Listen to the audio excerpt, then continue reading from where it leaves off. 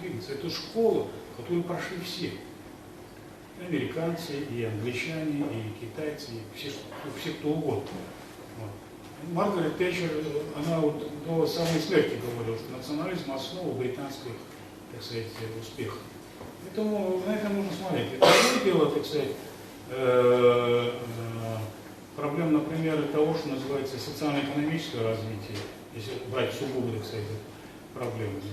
Очевидно совершенно, что на начальном этапе, на этапе начального развития необходима диктатура или авторитаризм. Если не то, то другое. Потому что история человека, опять история людей показала, что без этого не существует развития. Все остальное это полный бардак. Ну, ближайший пример для нас с вами, это, конечно, вот Восточная и Юго-Восточная Азия. Да? Япония, Китай, там, Тайвань, Малайзия, Сингапур. Это все полудиктаторские режимы, которые изначально в развитии находились вот в режиме этого полудиктаторства. Там никакого там демократии, что-то такое там. Липуанин как не был демократом, он вообще китайский шовинист. Я не знаю, почему он таким успехом пользуется у людей. Вот. Это человек, который просто обыкновенный диктатор. Он подавил всех своей волей, он заставил, так сказать. Но он был позитивный диктатор. Вот в чем проблема, так сказать. Он отличался от, допустим, там, не знаю, каких-то других диктаторов, которые не смогли этого сделать. Вот. И ни одна европейская сторона, в том числе и североамериканские страны, не могут этим похвастаться, что на начальном этапе у них все было демократия. Но если делается поставительное обобщение, я вот вчера тоже говорил на лекции, на выступлении, что у нас был круглый стол, ну, Филиппины и Малайзия. Ведь изначально одинаковые стартовые позиции, но филиппинцы играли в демократию. Они даже как парламент, свое здание парламента сделали как Капитолий. Точно. И филиппинская конституция – это переписанная конституция Соединенных Штатов, равно как и конституция Мексики. Вот. Но итог для филиппинцев был очень плачевный. Страна практически развалилась. В то время как Малайзия наоборот. То есть, понимаете, тут надо принимать, так сказать, эти какие-то условия. Я, правда, вот добавлю про Америку, то, что я очень, мне самому нравится. Мне как там один американец сказал ничего подобного, говорит, американцы всегда были демократии. Я сказал, что, понимаете, акт о сегрегации, как сказать, прекращении сегрегации, он был принят в 1964 году. Рабство вы никуда не выкинете как экономическая ипостась развития Америки. Негативная ипостась. 12 миллионов загубленных душ, рабов, так сказать, только в самой уже Америке, это большая цена. Большая цена за успех Америки. Поэтому здесь, ну то, что Великобритания, это вообще нам не стоит говорить о какой-то британской демократии. Понимаете?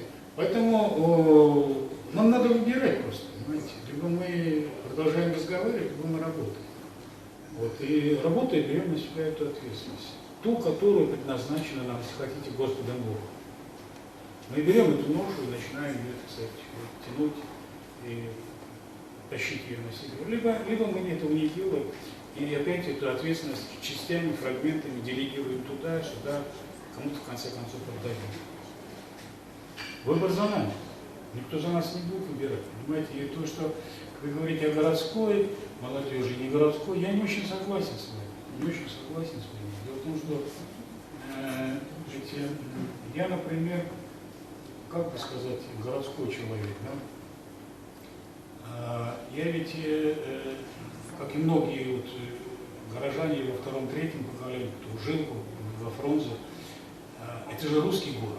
Он основан русскими и развивался как типичный русский город средней полосы России. Он стал киргизским, так вот, последние 20 лет. Я уже не говорю, например, Алмата, сейчас очень трудно назвать его таким казахским городом. Я человек русского образования. И киргизского образования, как мы не смогли сделать, киргизское образование. Мы не смогли это сделать. Я человек русской культуры, да? Потому что мы вот говорим о культуре киргизской. Ну давайте будем развивать ее. Но кто ее развивает? Давайте возьмем, давайте за основу что-то возьмем, будем двигать. Я вот встречался тут с Хамбархан, мы сидели там в Урумчи, разговаривали. И вы понимаете, ребята, возьмите полмус, попробуйте сделать, чтобы звук был чище. И они говорят, нет, это нельзя сделать, потому что это самый благоприятный звук для уха киргиза. Я говорю, это неправда, ребята. Потому что музыкальный инструмент должен развиваться, он должен получить развитие.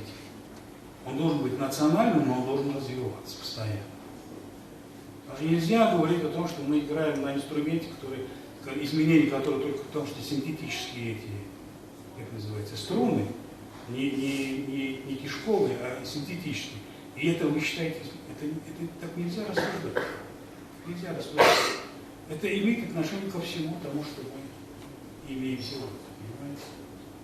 Поэтому, когда говорят о культуре, нужно поменьше разговаривать, нужно найти это все. Понимаете? Я вам скажу, что в свое время, когда работал министром, я хотел написать книгу «Евреи в Киргизии».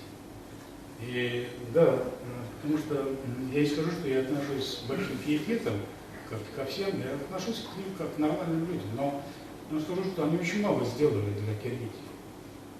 И ансамбль народных инструментов, вот, который сейчас играет, там, в Гостелерадио Киргизская ССР был, сейчас какой-то там ансамбль, это все было создано Затаевичем. Сначала он это сделал в Казахстане, ансамбль народных инструментов, затем он в Киргизии делал ансамбль народных инструментов и так далее, понимаете? Поэтому, но мы ведь должны принять это и развивать. А проблема в том, что мы не хотим это двигать вперед, мы хотим жить комфортно. И когда мы говорим о культуре, ну и вот тот же, ну не знаю, мне не очень удобно, так сказать, но я видел один ансамбль за границей, ну это несерьезно. Так нельзя представлять киргизскую культуру. Поэтому над этим надо очень серьезно думать.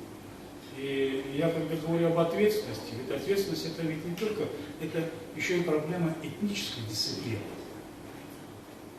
Существует ведь не только индивидуальная, социальная дисциплина, там, групповая, там, коллективная, но существует еще и этническая дисциплина. Посмотрите на китайцев, да? А что такое дисциплина? Дисциплина основана на способности договариваться. То есть договороспособность внутри этноса – это большое достижение, которое достигается очень сложно. Понимаете, поэтому нам двигаться надо в эту сторону. Понимаете? Надо учиться, надо познавать. Начинаю правильно говорить, надо познать мир. Я согласен с этим, но как вы будете познавать его? Через телевизор, что ли? Надо через образование. Это единственный способ. Нужно получать образование в Англии, в Франции, и возвращаться, работать здесь.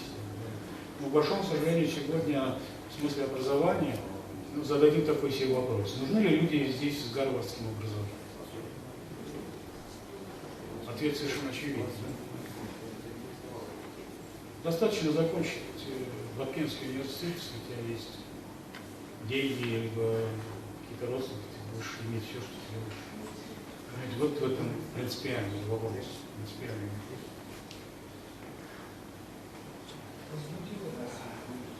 А? Значит, диктаторов надо рожать. Диктаторы должны быть хорошие. Нет, я говорю, рожать их надо, воспитывать. Воспитывать надо. Вот в этой среде надо воспитывать. Кто на диктатора пойдет? Вот один есть. Наверное, да, я попрошу, наверное, уже, если вопросов нет, мы закругляемся, в принципе. Если у вас есть еще какие-то вопросы, наверное, можете с Муратом Николаевичем еще поговорить. Я надеюсь, он не сразу убежит нас здесь. Вот, в принципе. А так, в общем-то, спасибо, что пришли. Это у нас было организовано Национальным корпусом развития. Где у нас? Это, я хотел этот логотип показать. Вот. Скажи, что хороший про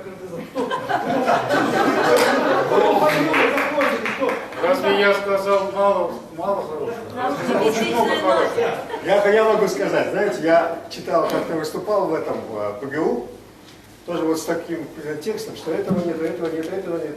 А со мной сидела Рахат Ачилова рядом. Потом я когда сел рядом с ней, она говорит, слушай, Валентин, мы давно знаем с тобой. Ты скажи вообще, ты кто сказал, нет, это, ну киргизы же вечные? Я говорю, да, киргизы вечные. Ну хорошо.